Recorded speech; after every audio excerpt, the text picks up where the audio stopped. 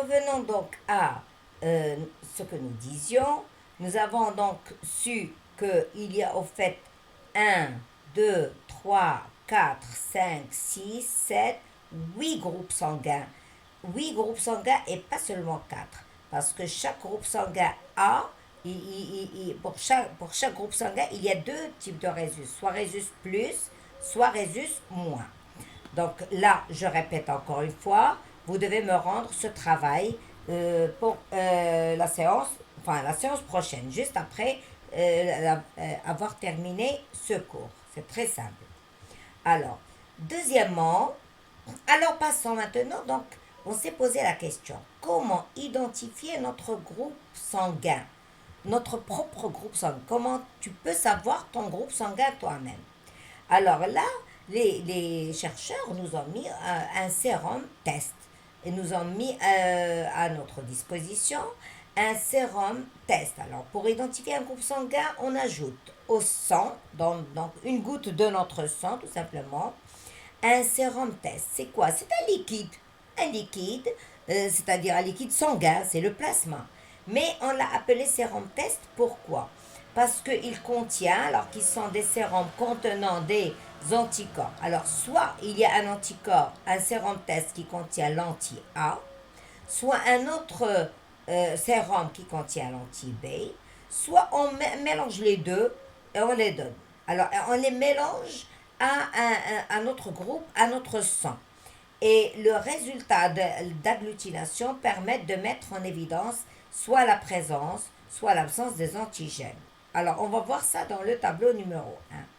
Et si nous voulons savoir aussi pour est-ce qu'il y a rhésus ou pas, est-ce que nous sommes rhésus plus ou rhésus moins, on peut faire de même pour découvrir la présence et l'absence du facteur rhésus en utilisant le sérum test anti-rhésus, qui est appelé aussi anti-D.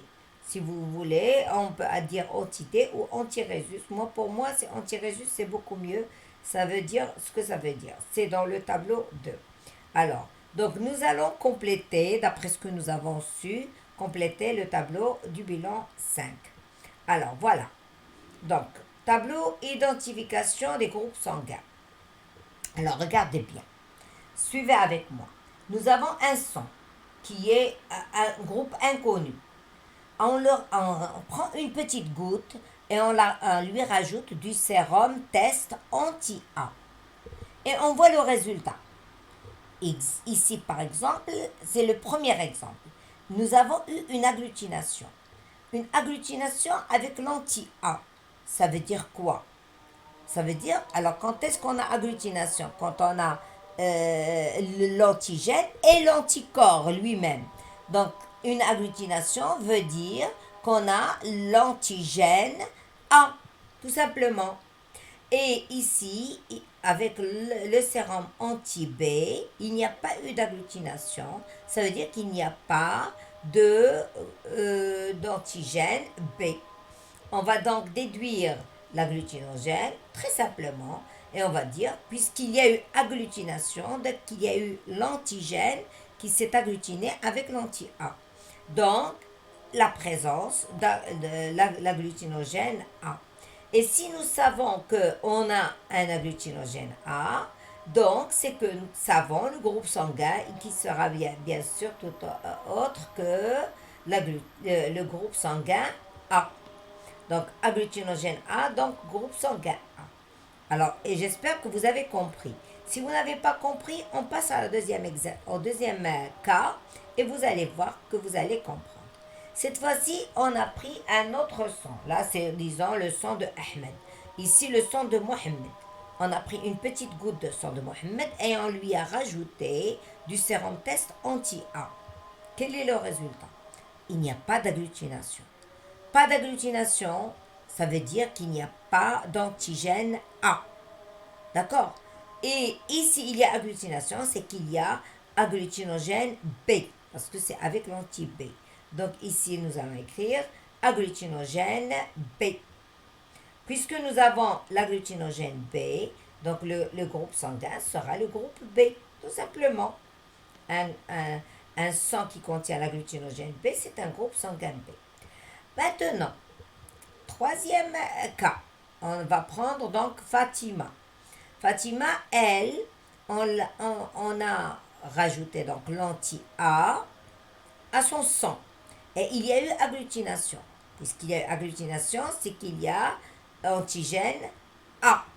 Et puis, ici aussi agglutination, donc c'est qu'il y a antigène B ou agglutinogène B. Finalement, on découvre que, on déduit les deux agglutinogènes que Fatima a. Donc, elle a l'agglutinogène A et l'agglutinogène B en même temps. Donc, finalement, quel serait son groupe sanguin d'après vous? Allez, je vous donne une petite seconde de réflexion. On a l'agglutinogène A et l'agglutinogène B tous les deux. Donc, le groupe sanguin, c'est AB, bien sûr. Alors là, le quatrième cas avec Samira. Samira, elle, avec l'anti-A, elle n'a pas, il n'y a pas eu d'agglutination avec son sang. Donc, elle ne contient elle ne contient pas d'agglutinogène A. Et là aussi non plus, elle n'a pas, il n'y a pas eu d'agglutination, donc il n'y a pas d'antigène B. Donc ici, qu'est-ce qu'on va écrire? Pas d'agglutinogène. Et je vous laisse continuer la suite. S'il n'y a aucun agglutinogène, zéro agglutinogène, donc c'est que le groupe sanguin, c'est quoi? C'est le groupe sanguin, hop, 0. On l'appelle le groupe sanguin 0 ou le groupe sanguin O. Alors, donc, ceci pour déduire les groupes sanguins. Donc, facilement. Alors, cette opération, elle se fait, disons, en un quart d'heure maximum dans un centre de transfusion sanguine. Et dans un hôpital, par exemple, là où on ne sait pas quel est votre groupe sanguin et on doit vous faire, par exemple, une opération chirurgicale, on prend juste une toute petite goutte de votre sang et on lui rajoute soit l'anti-A, alors 4 petites gouttes, l'anti-A, l'anti-B et l'anti-Rhésus. 3 gouttes en tout. Et comme ça, on peut savoir si vous avez l'antigène A, l'antigène B, ou les deux, ou rien. Alors maintenant, pour le Rhésus, qu'est-ce qu'on rajoute? Alors, c'est le tableau numéro 2. Pour identifier le facteur Rhésus, alors c'est plus simple. On prend toujours le sang qui est inconnu et on lui rajoute le sérum test anti-Rhésus. Il y a donc un antigène anti-Rhésus. S'il y a agglutination, c'est qu'il y a présence ou absence du facteur Rhésus. Bien sûr, présence du facteur Rhésus, donc, et la personne, elle est de Rhésus plus. Elle peut être A Rhésus plus ou B Rhésus plus, selon ce qu'on a trouvé dans les tests précédents. Alors, si elle n'est pas, il n'y a pas d'agglutination, c'est qu'elle est Rhésus moins. Voilà. Donc, il ne nous reste maintenant que faire la conclusion générale.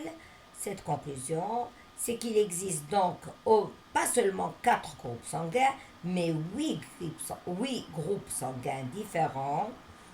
A plus, ou A Rhésus plus, A Rhésus moins.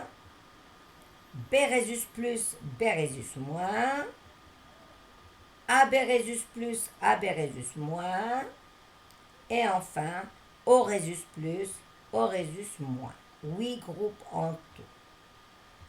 Alors maintenant, on est arrivé à la fin de notre année scolaire. Je dis concernant les cours, les exercices et les rappels et les révisions, on n'en a pas encore terminé.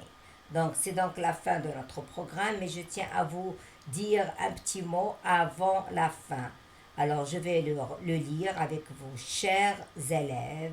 On aboutit ainsi à la fin de notre programme de SVT de 3e année collège. J'espère que j'ai été au niveau de vos attentes et que vous êtes satisfait de mon travail et surtout que vous avez bien suivi et assimilé le cours, c'est le plus important. Je souhaite que pour vous une bonne chance et un grand succès à l'examen pour toutes les matières, pas seulement en SVT. Alors, c'était votre prof de SVT qui vous adore, Madame Ben Saïd Hanan. Et voilà, je vous dis au revoir. Alors, je dis au revoir et pas adieu parce que on va sûrement, mais bientôt, la séance prochaine, on va commencer les séances de révision. On va commencer par la révision du système nerveux et puis on va revenir au système immunitaire plus tard. Alors je vous dis au revoir, apprenez bien vos leçons, faites vos exercices, rendez-les et puis donc je vous dis à la semaine prochaine. Au revoir.